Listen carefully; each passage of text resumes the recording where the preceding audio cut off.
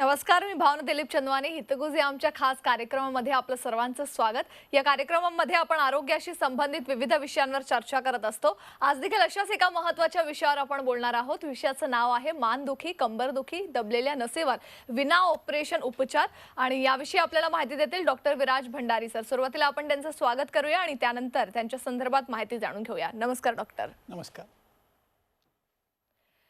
Doctor Viraj Bhandari हे Ayurveda osteopathic method of manual therapy, spine adjustment, structural integration यासारख्या थेरपींचं त्यांनी परदेशातून प्रशिक्षण घेतलंय. केरळापासून ते महाराष्ट्रातील हार्ड वैद्य ते Poland, Europe, America, China, England, Australia या ठिकाणी मणक्यांचे विकारांची आधुनिक उपचार पद्धती विना ऑपरेशन यांचं प्रशिक्षण त्यांनी घेतलंय. डॉक्टर भंडारी स्पाइन टेक्निकलमुळे 10,000 पेक्षा जास्त मणक्यांच्या विकाराच्या रुग्णांचे उपचार ऑपरेशन हे वाचवण्यात आलेले आहेत. त्यांना आतापर्यंत गृहमंत्री दिलीप वळसे पाटील यासह सिद्धार्थ जाधव यांच्या हस्ते सन्मान देखील मिळालेला आहे.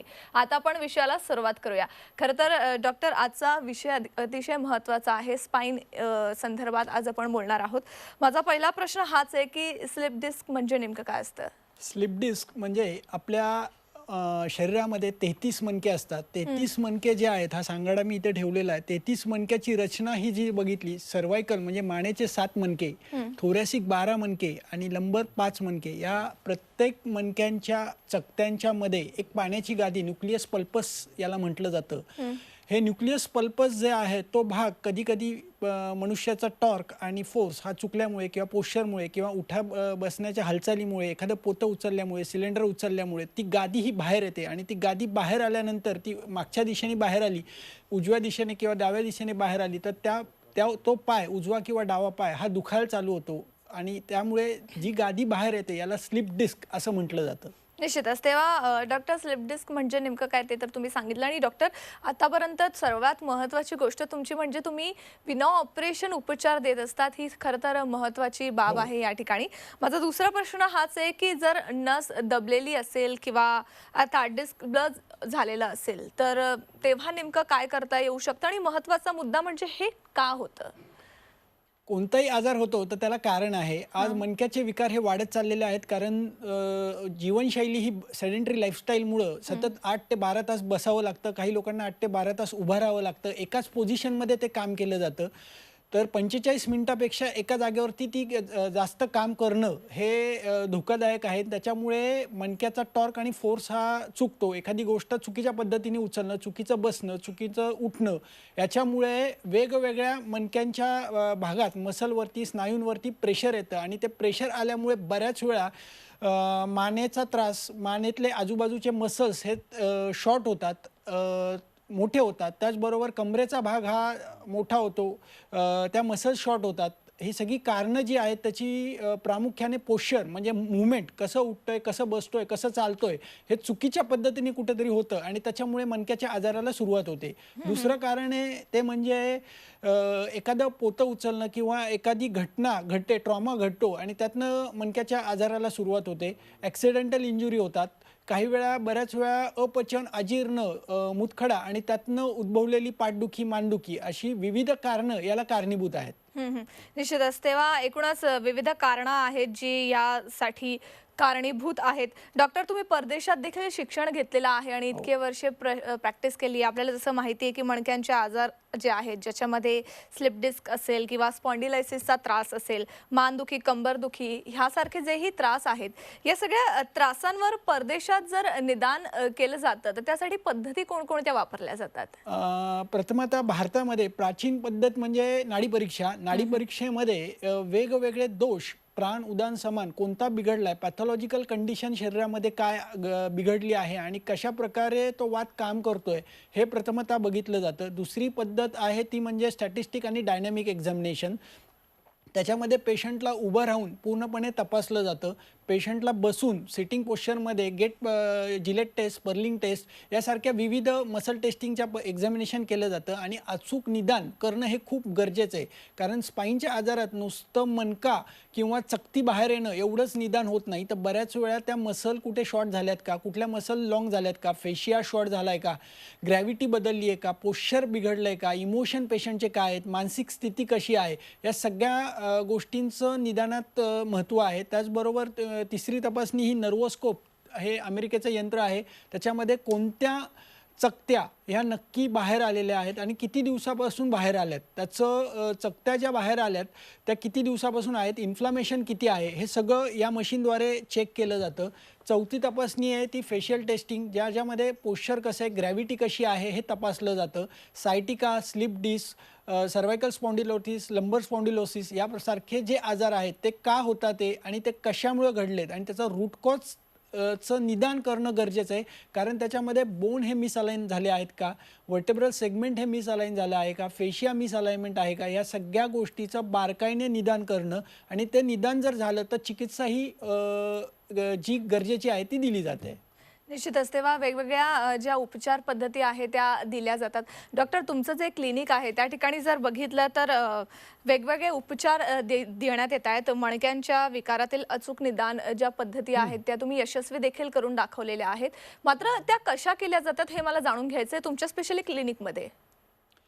डॉक्टर भंडारी स्पाइन टेक्निक जे आहे ते स्पेशली इंटिग्रेटेड अप्रोच आहे. इंटिग्रेशन अप्रोच म्हणजे काय तर जगभरात स्पाइनच्या विकारासाठी जे काही विना ऑपरेशन विना इंजेक्शन थेरपी वापरल्या जातात त्याचा सगळ्याचा संगम हा आमच्या दवाखान्यात केला आहे. गेली 12 वर्ष आम्ही हे काम करतोय. 10,000 रुग्णांच्या ट्रीटमेंट या पूर्णपणे कंप्लीट दवाखान्यात झाल्या. त्यासाठी आदित्य ठाकरेजींनी आम्हाला आत्ताच कार्यक्रमात त्याचं एक पारितोषिक मला मिळालं आणि त्याचे एव्हिडन्स बेस प्रॅक्टिस ज्या आहेत त्या सगळ्या प्रॅक्टिसेस आम्ही सायंटिफिक डाटाबेस स्टॅटिस्टिक्स सगळं या प्रकारचं आम्ही आत्ता क्लिनिकमध्ये मांडतोय. त्याच्यामध्ये कोणताही रुग्ण आल्यानंतर त्याची प्रथमतः नाडी परीक्षा केली जाते. नाडी परीक्षा केल्यानंतर क्लिनिकल असेसमेंट केली जाते. क्लिनिकल असेसमेंट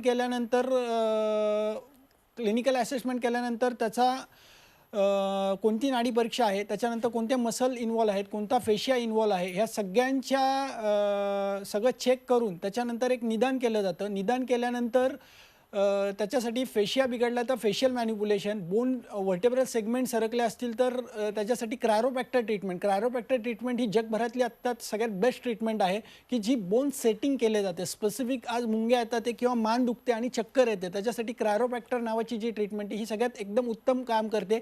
पहिल्याच दिवशी मुंग्या या पूर्णपणे थांबतात.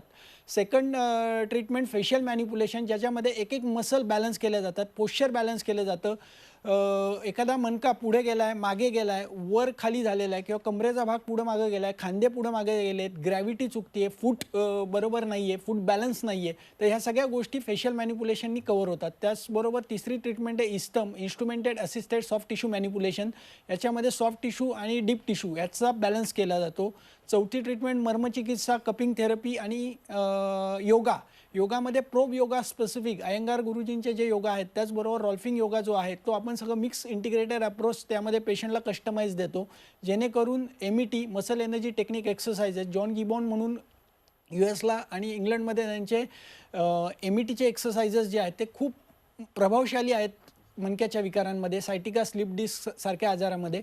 ते सगळं इंटिग्रेटेड ज्या रुग्णांना जे गरजेचं आहे आणि पहिल्या दिवशी कसा रिझल्ट येईल याच्याकडे फोकस असतो. 4 तासाची ट्रीटमेंट चालते. साधारण 3 ते 5 महिने रुग्णांना यावं लागतं. पहिल्याच दिवशी 70% ते 95% आराम, पेनलेस पेशंट घरी जातो. निश्चितच. तेव्हा एकूणच तुमच्या क्लिनिकमध्ये स्पेशली कोणकोणत्या गोष्टींवर उपचार केले जातात आणि ते उपचार कशा पद्धतीचे आहेत त्या संदर्भात डॉक्टर तुम्ही सविस्तर माहिती दिली आहे.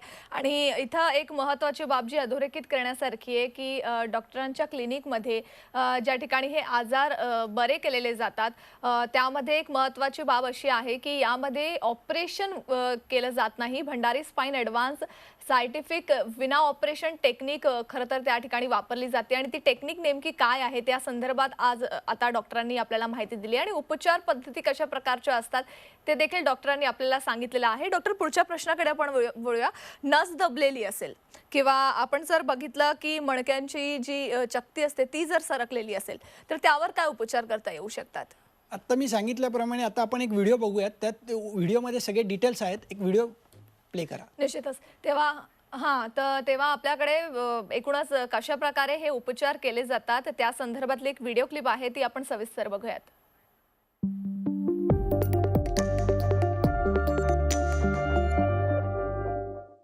नमस्कार, मी सौ निलिमा कासनवट्टुवार. मी चंद्रपूर येथील रहिवासी. मला सप्टेंबर महिन्यापासून बॅक पेनचा त्रास सुरू झाला. मी वाकू शकत नव्हती, मी 2 पावलं चालू शकत नव्हती, बसता येत नव्हतं मला. मी स्नानसुद्धा उभं राहून करायची. आणि ज्यावेळेला मी सगळे दवाखाने फिरले, MRI करायला सांगितला ऑर्थोपेडिक डॉक्टरांनी. त्यामध्ये त्यांनी सांगितले की तुमची नस दबलेली आहे आणि तुम्हाला सर्जरीशिवाय उपाय नाही आहे. आणि जर तुम्ही लगेच उपचार नाही केले तर तुम्हाला पॅरालायसिस होऊ शकते. त्या रात्रभर मी झोपली नाही. आणि लगेच 2 दिवसांनी सॅम TV सुरू करताच मला डॉक्टर भंडारी यांची मुलाखत दिसली. आणि ती मुलाखत मी पूर्ण रेकॉर्ड करून ठेवली.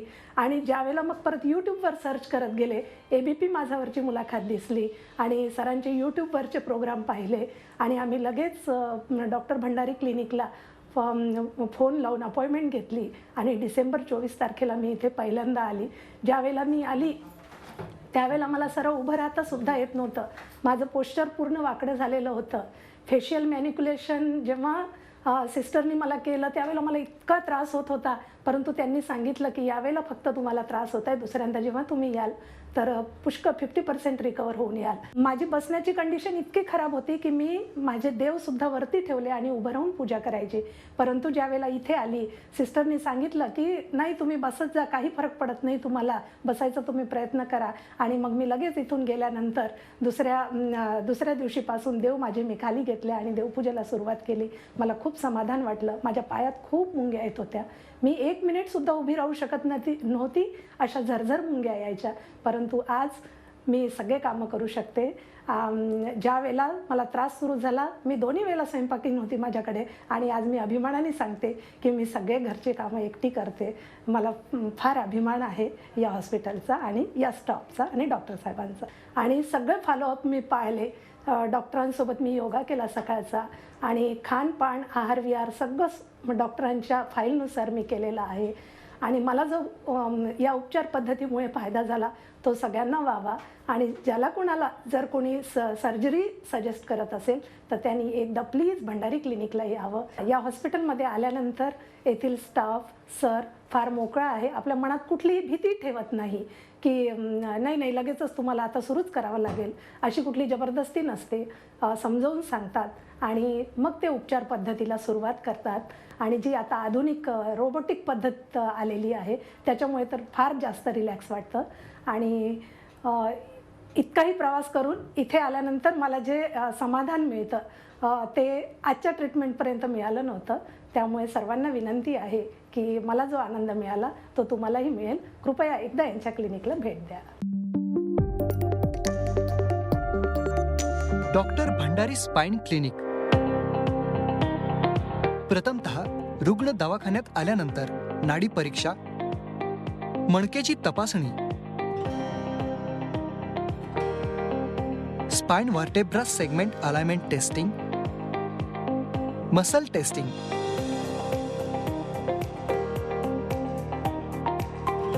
नरोस्कोप, gait pattern testing, posture testing, facial alignment testing,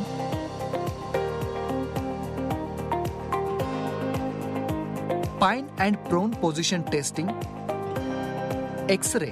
उभे राहून पूर्ण पाठीचा एक्स-रे काढूनच दवाखान्यात घेऊन येणे, झोपून एक्स-रे काढू नये. यानंतर निदान केले जाते मणक्याचा विकार का व कसा होत आहे त्यानुसार रुग्णाचे ग्रॅडेशन केले जाते. 15 ते 20 प्रकारच्या उपचारांपैकी कोणते उपचार गरजेचे आहेत ते सांगून साधारण दर 28 दिवसातून 1 दिवस 4 ते 6 तासांचे उपचार केले जातात. किती उपचार घ्यायचे हे पहिल्या दिवशी तपासणी झाल्यानंतरच सांगितले जाते. प्रथम दिवशी येताना सकाळी 10 वाजता किंवा दुपारी 2:30 वाजता वेळेवर आले तर त्याच दिवशी मॅन्युअल थेरपी व उपचार होऊ शकतात. त्यासाठी अपॉइंटमेंट घेऊनच यावे.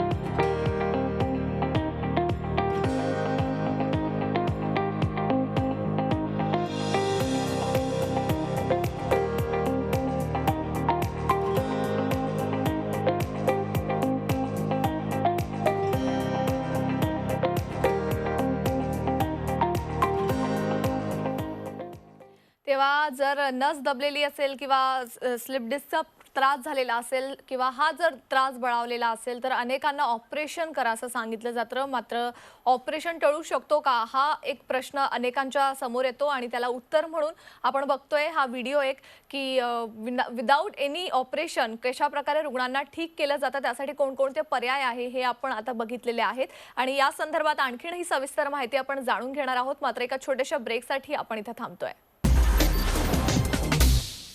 ब्रेकनंतर आपलं पुन्हा एकदा स्वागत आणि पुन्हा एकदा आपण चर्चेला सुरू करूया. डॉक्टर, आज ज्या विषयावर आपण बोलतोय त्या विषयातला सगळ्यात महत्त्वाचा भाग म्हणजे कुठलाही जर मेजर आजार असेल तर ऑपरेशन टळू शकतो का, हा प्रश्न अनेक जण विचारतात. आता ह्या प्रश्नाचं उत्तर मला जाणून घ्यायचंय की खरंच जर हे असे त्रास असतील तर ऑपरेशन टाळता येऊ शकतं का?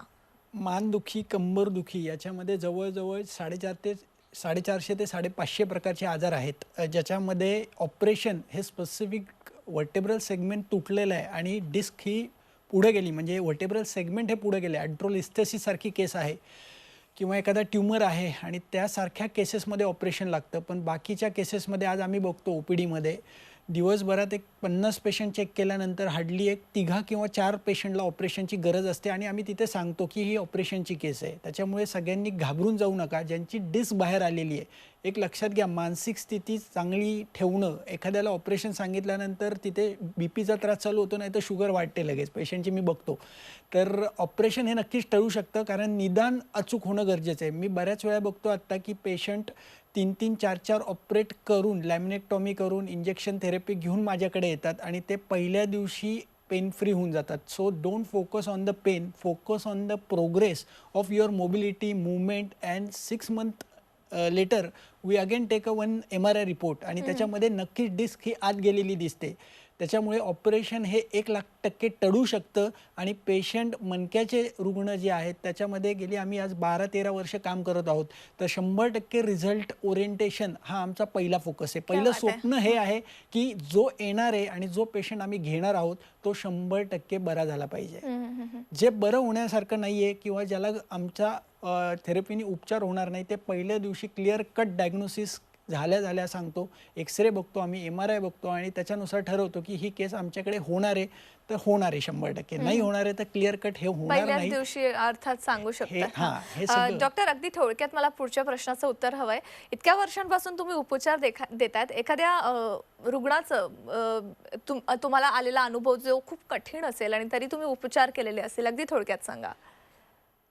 एक 22 वर्षाची मुलगी होती, सोलापूरवरनं आलेली होती. तिचा लॅमिनेक्टॉमी 3 वेळा झाली. डिस्क कट करून ती डिस्क परत वारंवार बाहेर यायची आणि तिचा उजवा पाय जो आहे तो प्रथमतः जड होत होता, बधीर होत होता, मुंग्या येत होत्या. त्यानंतर डाव्या पायाला तो त्रास शिफ्ट झाला, कारण L4, L5 right side, L5, S1 left साईडची डिस्क ही बाहेर आली. दोन्ही साईडनी फॅसेट हे लॉक व्हायला लागले, चालताना चक्कर यायला लागली, पडायला लागली ती. आणि ती केस माझ्यासाठी खूप एक वेगळीच होती, कारण दोन्ही फॅसेट एका वेळेस लॉक होते आणि 3 वेळा ऑपरेट झालेलं होतं. तर ती केस आज ती मुलगी गिरनार चढून मागच्या 2 महिन्यापूर्वी आली आहे. 6 किलोमीटर रोज सायकल चालवते.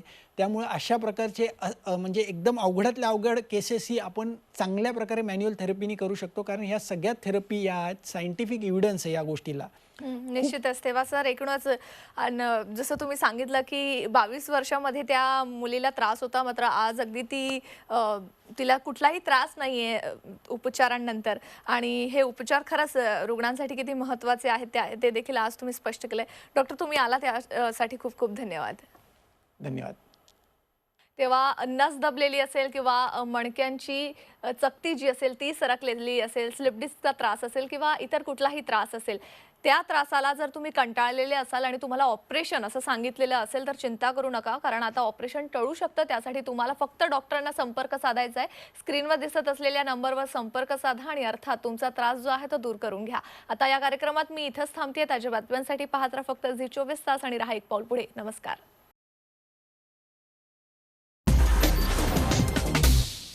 छत्रपतींचा विचार म्हणजे